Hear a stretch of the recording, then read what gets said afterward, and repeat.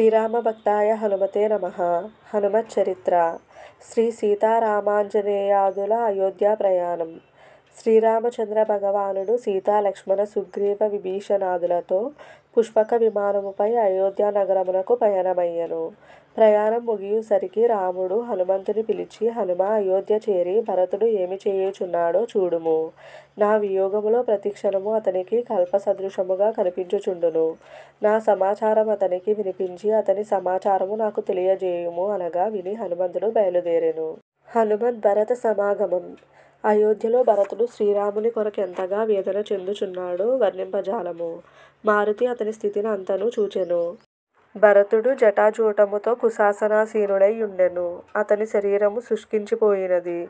కనుల నుండి అశ్రువులు ప్రవహించుచున్నవి. అతని వదనము నుండి నిరంతరాయమానముగా రామనామముచ్చరింపబడుచున్నది. తన సమీపమునకెవరు వచ్చుచున్నది, ఎవరు పోవుచున్నది, ఏమి జరుగుచున్నది తెలియనంతటి తన్మయత్వములో అతడుండెను.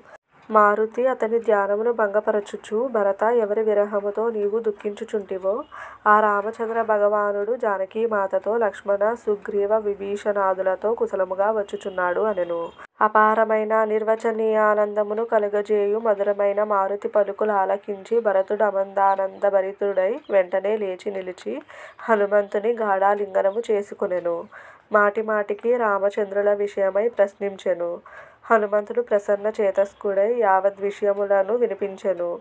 అంతా వారిరువురు అనంతానందమనుభవించిరి. సోదరా, ఇంతటి మహానందప్రదమైన సంతోషకర సమాచారమును వినిపించిన నీకు ఇయ్యదగిన వస్తువేమున్నది? నీకు రుణపడియుండుట యందే నాకానందమున్నది అని భరతుడనగా, హనుమంతుడు అతని పాదములపై బడి అతని ప్రేమను అనేక విధముల కొనియాడుచు, భరత, రామచంద్రుడధికముగా నిన్ను గురించియే ప్రశంసించుచుండెడివాడు. నీ సద్గుణములను వర్ణించుచుండెడివాడు.